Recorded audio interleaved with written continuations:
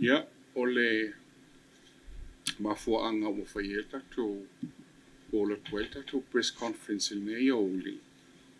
Ona wa atono tō mataina lava.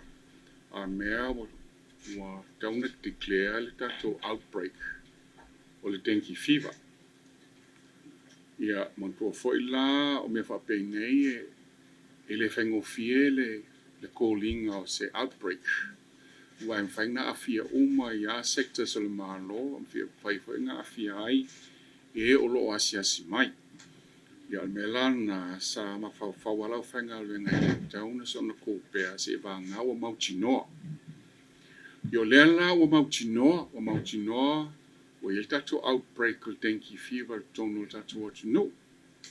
Wa miti uma ia criterion so le dengue o le outbreak, o definition of outbreak o dengue fever. Ia o uma foi na o atu i le kabineta.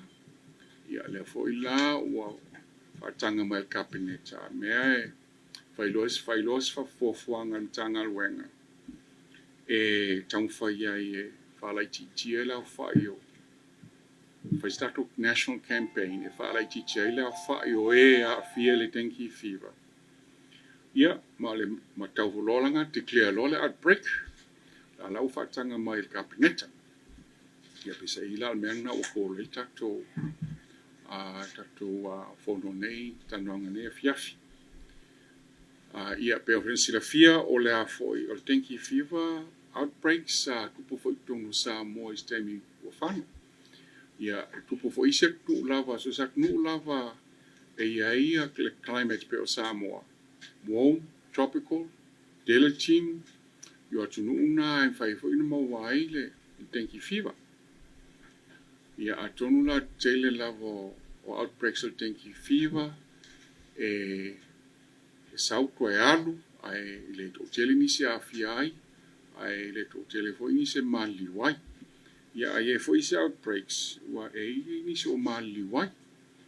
Ia pese ila almeana le tauaina e foi whailos fofuanga ona o lea wa ile outbreak tau whailos fofuanga e tauna whaalaititia ia breeding sites o mosquitoes tau langa whaista to national cleaning campaign.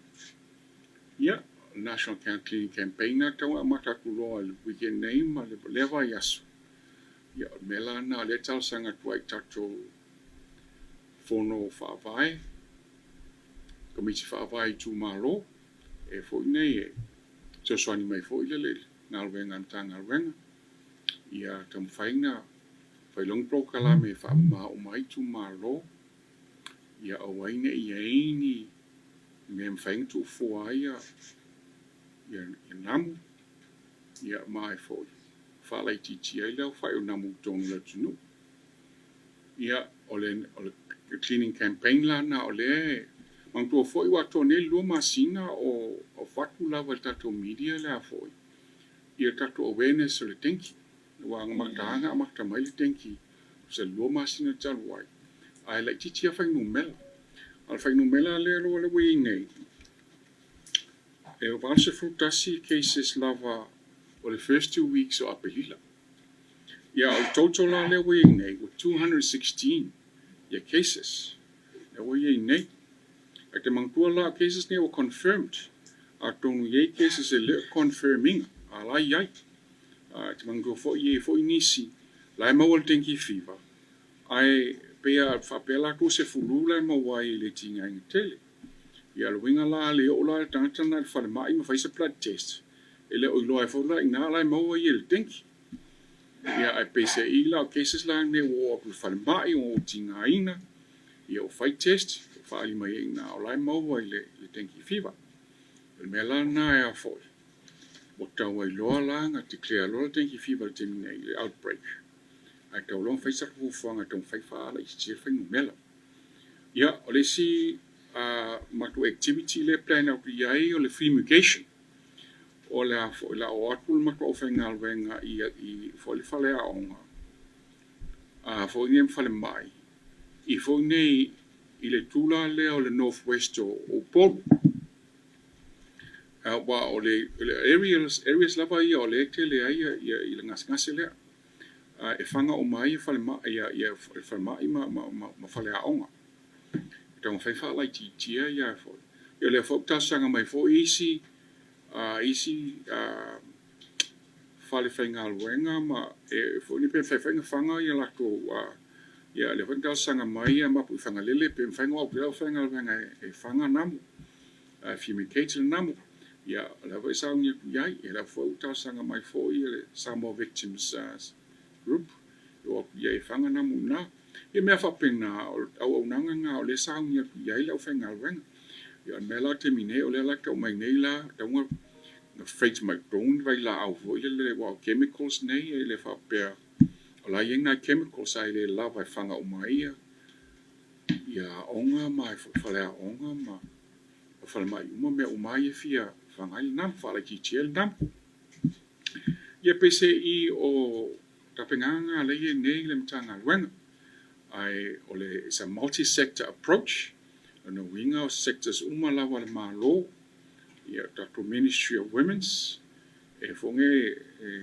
ma tato women o tato Ministry of Natural Resources and Environment ia pe o ministries na tau la mo wala tonga fo ia fai fo ile New York ala la activate le se me la fa polling tele la tunu'u activate for New York ai tauanga mai belta se pai o mai o lang sua mai o isim tanga luenga ma le New York ia matu tamu whainga a matu mana o mia foi so soani o se leni po ta vale mana o mia fo ia la whainga luenga ia atono le mea na la tau sanga tu iai ia pese i o stela pupu aku le tatu press conference le fiafi ai fia tali fesili tu mai. Do you have any records of previous outbreak of dengue, lenei, Iai, pea le 2017 letinganga 2017 esa le outbreak mo i Samoa e fia na malili wai e isi na malili ai le o ia o la whainu mela terminate.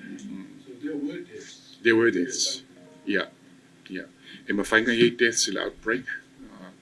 Wai e fo ine e ia isi fo e whaale tonu le immune system mea whapena e ma whainga a fia ngofie. Ia mali wai. Al terminate la le sesi ua umaliu terminate. Al mea la ngā tau tele mahana a maliu sesi. Al mea la ngā tau taku actual terminate le i o tulaga la lea.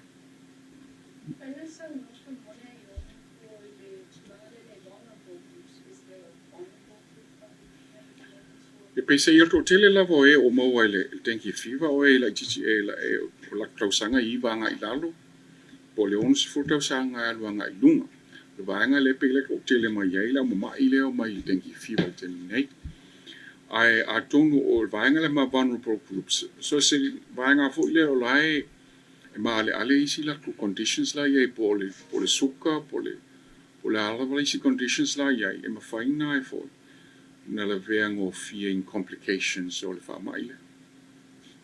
Ina nua se la leo tangatai wa mau. Ai se wa inga fo ile le ile atu o penai na tonu o tele na tonu o tō tele lawe o maila i la fo le northwest o Samoa o po. I le lai i le lisi i o lisi vo i le e mata kua i a pia. Se taulawa i o i fone i le olu moenga. Ai alu fo i lai i kwesi usenga. Ia mai se fo i taun ngā monono, pai vase, mō taa. Lai sa wai umai i le lisi le.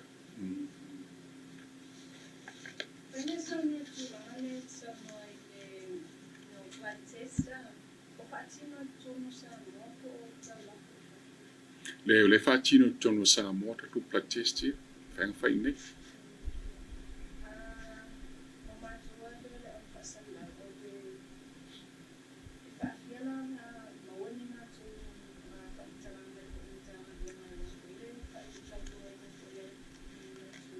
Whaftai, o le matou situation report fo ilele mo syndrome sa le e wakua ma dengue fever. le batua i asfele le uma. E release atuala through New York, e la kuaile matufa'asalalau le, ai a foi. I'm finding nga email sa for ile media. I usually through New York for ile the situation report. Na I report in my for ya SAMOA observation with them.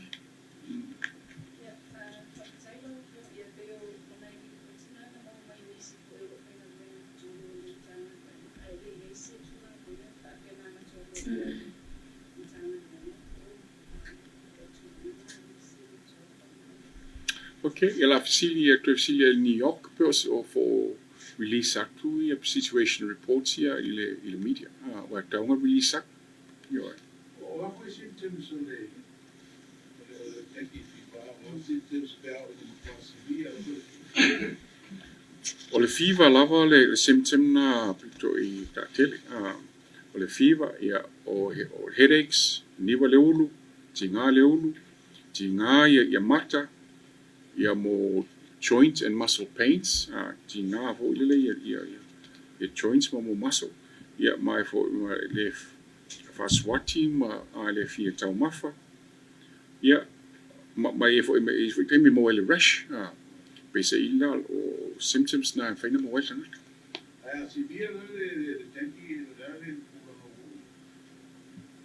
A severe la dengue la no winga fia ila ia fo. Ia tonga. Ya fiaila ma le fo mo le blood coagulation and finger leaking of fear. Then fo ile fautua tua I will taking le aspirin. O why o le aspirin a fiaile le clots fo ile le blood le ngata on winga la fia oil denki la mo fa le tonga lo la le clots le blood fa popo e mal aspirin no winga la te leaking of fear. Yeah.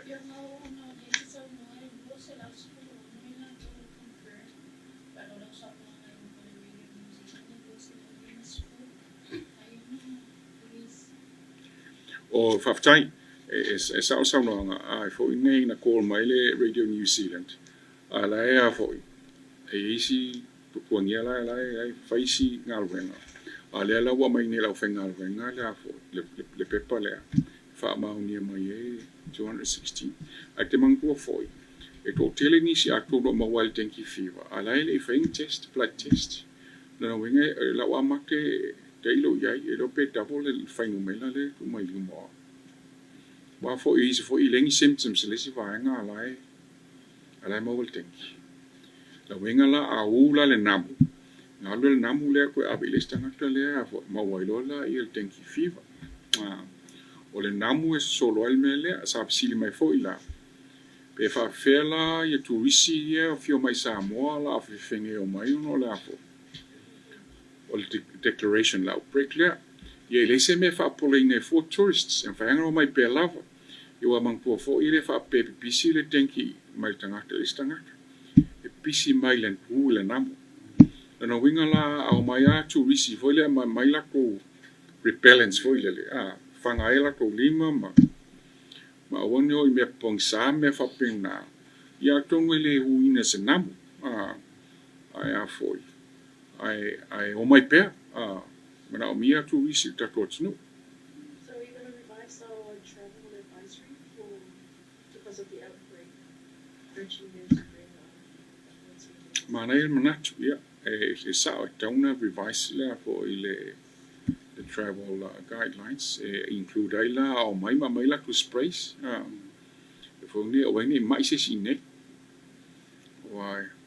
O lawa taku tangata le mai e le kaukele mana mai mai fo matruisi la COVID. In the outbreak level, do we need any assistance from our neighboring countries like we used to have in recent? Fa'atonu Sili Aoao. O te mineo lo lava lau whenga wenga. Le o identify me nge tu e lo se fula o whenga wenga whaila ku training la sunga fua. Training fo ile lo e whanga ia fumigation. Wa taunga whaile training fo ile le. A ponga la na ile o lava tatu chemicals te nei. A chemicals la ia le whape kous la wafe alua ile whakaunga chemicals ia. Ia le lai so e vai mai stupe. Ia le fo ila no ko le fo nge ile head o le WHO. Pe whainga mai singa kupe e whantai tako pai lau ia. Ia, ai pe singa I pe ngal pauna te swang te ne wo singa tupe fakta waile I vai lau. Ala lava la whaingal wenga la fo I lava whanga nam. What about the ministry's budget? Is it to go far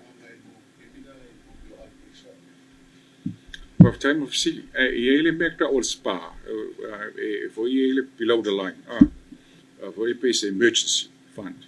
Isa am failang na kung tal sanga vo le mof. Release maila tu pele faunga mefape. Isa also wrong. Am faing na tal sang. But so far we don't need any assistance from our neighboring countries. Le ai ele ni dinga la terminei la. Faing ta tu controlling a terminei la for. Is it pui o le dengue fever? Le ai ele se vaccine o dengue fever. Yeah. So measures are like como fai que como musika I o le. Yeah, awale ai se namu, awone uina se namu. Yeah, for yeah faunga ia mosquito nets, faunga me vo lele mo coils. Ia mafanga namu vo lele repellents. Ia ma vai tua fale. Wa fa lai te lele pau vo le lunga le tai nei la le pau. Yo lai tu na le pau nga mo tingi po vo ye. O lai tu mo vai vo ya wa telting. Yo lai fiola nga nam. Pe se ila daunga ta le pau. Ya pe ese uma me o lo to ai nam, to ai stagnant water. Ia fa lai titi ai la fo. Ia namu tonu la tunu.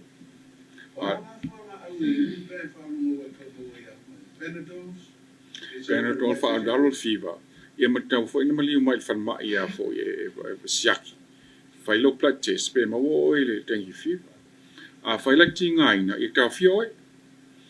Fai te le tinga ina te le ia en fan koe sulfale.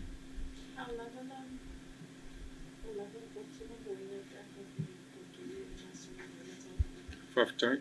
Lai lava ia wa fo I na o we tinga ina lai ma I fan lai tau fia I. I sim fang tau fia pe lava I fo inta tu fan mai tua. E la lau tala faleolo la wa be isi ina faleolo e tau fia ina. Whaanu wa kulola wa fo filolo mai mai am fang pe o fale I pe discharge la ia pe tolu pe lona ia se no foi fan ma. Ko clean up campaign ya maka next week. Yeah, up till next week. Yeah. What have you put in place? Area Mokiwa, maka clean up. Area kede se area no cover Ya foi lá na le area foi e tal no atu ai I foi ni fono fa vai. Bem fang so swani mai. So swani mai wa ele ma fail tanga wenga na. La faia I na wenga ia. Ya pe al me masani vo ile a faista to declare to outbreak. Ya faita to national cleaning campaign.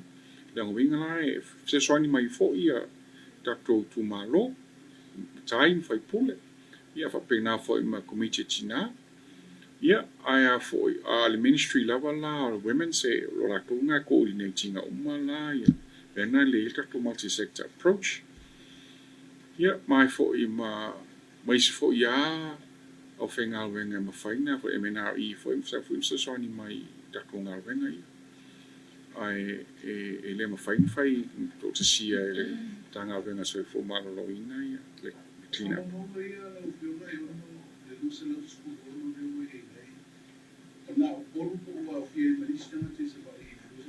La lawa fia fo imtak te sawai. Ai to tele lava o po. Ea fo. E balsu tasi Fiva cases mai polo to tele au po to den cases mai survive pe a valsu percent cases mai I po. So what are the measures for in case for survival? Wala ka fa te ko le ki wa ko le ki ma a de ko na fai e fai ya wa ko ke ko na. Ya foi lá le clean up le clean up le o lesi ministry tawanga I le mele o le STA wala tonga ila to budget la e fai mo clean up se swani mai foi la le STA Aia fo e tau fo langa faile ia clean up sa voi.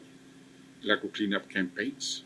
Ek mana e pa matal vaso le e wal vaso le tu waya onga al malo. Atonu fes fo sa so ngel fana. Le fo ngel fenga o clean up si tonu tu malo.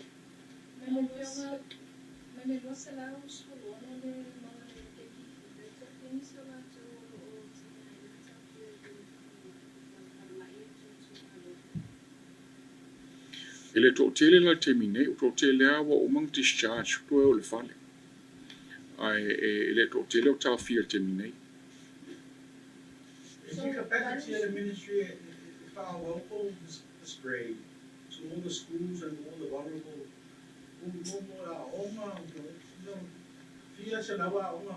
little kids, is it more in the ministry?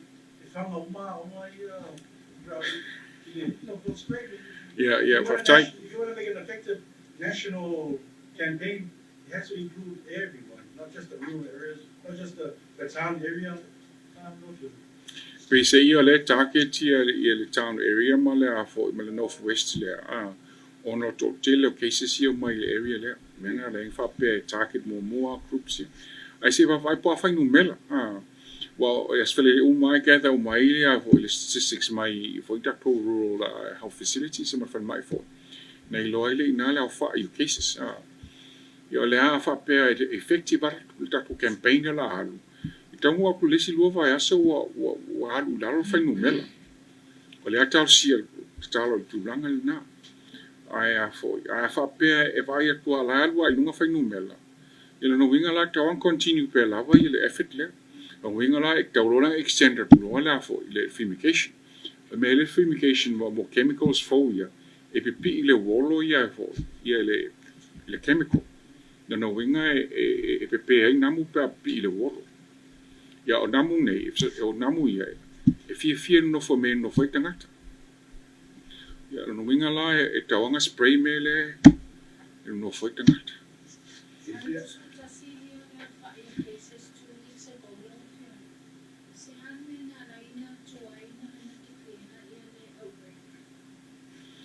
Na baba aya pe al pe lunga, walang file awareness campaigns, o luang nei masina o fighter pro awareness le TV. Ia ano fa pe foile anga fa tama ia uma ia me pre dai namo. Aton wa tonga ba dal fai no mela. E fa tele se vai pe ai fo. Pe han dal fai no mela. A le wa tonga wa lunga. E fa pelo la ile mga tolong ti clear pe me ma fuanga na. E ai si vai aso pe wa o foile le o fioro mai fai no mela. Fa pelo la ia mela la dal. Ya que uta saule se vai aso wa lunga. Le mena na ringle ti clear pa pele. Ya foile ia le tako. Outbreak.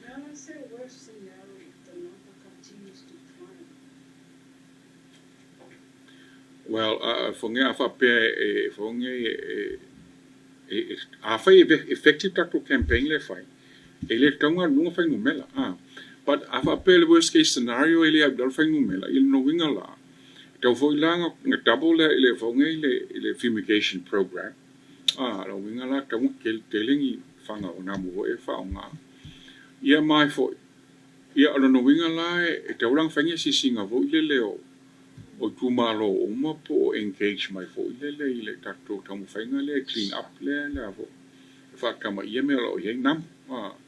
Ia wa ile ase sia o nam wa ye fa be ir fa ma ile. A fa la di tiela nam. Ia le se ma le fa ma. E se me le mu le chemical fo de Yeah, well, umana fai testa le temperature always safe le avo le vai la. Ele mo fai na mai le vai la o pe fa pe e fa le ton. Do you have the statistics of those le Now fa utanga te ta fil te minei. Ele o ya e langa fo e fa ya ma discharge tang to fo ya inta to statistics fa mon mole. O e o ta fil te minei tanki Fiva. Le is the stats te minei po to feel like ta fil ngol tanki Fiva. Wa flux sale me a fa admit ni tanga to fo le tinga ngel tanki Fiva. Yo a kulesi lo aso atonu ba lu fa. E se ya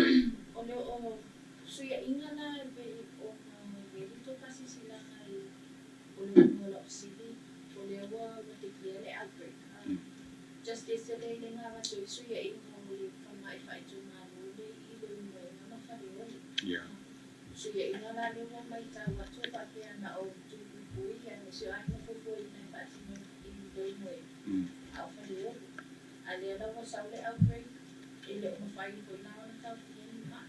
Whamaten whai ona wha ngā pia nā I le ue ngā mua ngā fio angai e na tangata tū teni. Of time. Wa pe o plan na e move le fale e fongi le fale mai le moenga e fale olo. E move fo le fa pela e ola ye al staff I le moenga, la ye nurses. A fo mai le la ave o fale olo. Ai fa pe pa ku fa numela la e to tele ale le fongi o a fie le tu malo le. Ele no vinga la tau penta fie pes fo mai I le moenga. E le aila e foi lá fo mai o fo mai o e lua fo mai lei o I fale oro terminei. Ai fai lá no fo le si le rumenga fai na le si o I fale oro.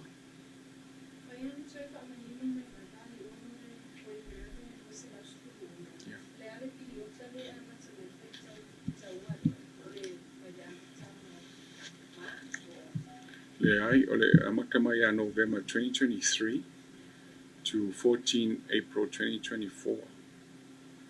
Le Aufa'ile. So it's possible some of them have recovered. Ioe. Sao e na mo mai. Ele fa pe o mai tang tai tong le mai. Ko te rata ni la o fe o so le fa le o ma lo si dengue fi. Yeah. Kasi alva so ma el dengue fever ko ma lo si fo it's a virus. I pese I yangai tang to fo le e vulnerable e mafaina na worse health condition. Ki dengue fever. La vanga la na mafaina e fo na fi tele. Ma mali liwa. O moran tatu tai nam. Tatu tele se mai le se ko ke mena ia le chikungunya. Sa ku fa ku ia mena ku ia. Ja, 5 time of visit, maar even zien. Ai de ela se fo se fanga terminei, ku fa ku tai na mu mania fo. O le tau se kupe fa ka waila, o chemical le, ai le ese kupe fa ka tai na mu. Le ai. Ja, atonu e fo.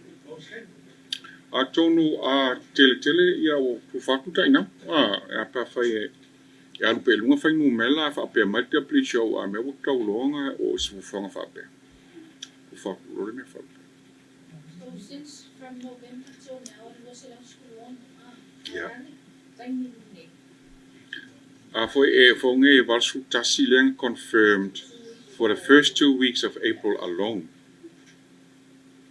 No winga first 2 weeks of masina nei war fanga lunga valsu tasilen fo ia mo le denki.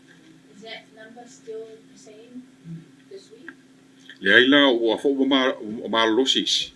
La wo is it fal. Ja, a kon vo la wo fo ni sine tem. Ja, I phone numela at one particular time, one particular point. Le openga sungo pes se fulu ni mai dengue fever at one time. So, what's the advice? What's the health advice for families about Kiboa or Kaspe or Komekida or dengue fever? Do they need to be isolated like COVID-19, or there's no need to be isolated? Le se need to isolate tai fa now. Ba mo dengue fever. Pa wan me vo le namu le a ula tam sisi le pa na abelis. Te wala fa che fo le.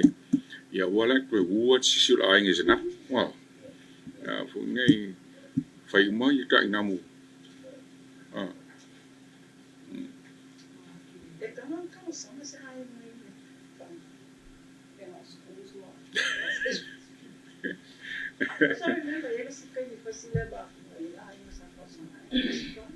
Oh, okay. Yeah, ole fo se fa le training ale Aufa'asalalau whanganam. Ia mo many chemicals. A konu lava o ku le silo va so le lo whanumela. Ia winga tau longa extenda ku fo le ia. Le whangaino nam. Ai fo. Ale e fo ni fa long mai Aufa'asalalau. Ol menga tau no ia pa fa pe fo. Yo klisi lua kolva ya so alu pelo nga whanumela. Winga taulolanga extend loa le a fo fumigation program. E se vai nga le tanga wenga ale vestir sama tatu mala vai na ia le testa si uno ku meio famala wa na se tanga tatu ia awa pula malu le tunu tanga pai pai awan matku Mangail manatu ia fa mawifa fa mole a foi tax it will reduce the tax mo fangalango mo fanga namu spray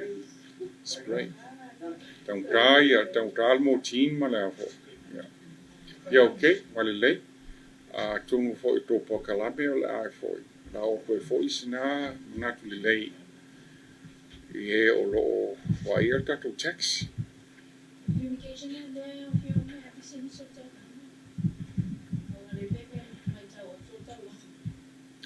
o a onga o mai tono o taulanga matua yo whale mai. Ia, ai a tono o ea tau sanga mai, e leo tau sanga mai ia mapu whanga lele, e la vea hoida le mele. Ia a tau sanga mai lawa ia pisinisi. La whai lawa a kula te lili nam, ia ai a hoi. Ai a whanga to mo tin tongo to ofisa tongo le mana o mie, la whanga o venga o kue. Le fumigate. Tele. Ia, a tono wa Mālōlōina le tele o fesili nei afiafi whaftai atu le malu o mai tatala no le tāua nonga wai sa tua tunu.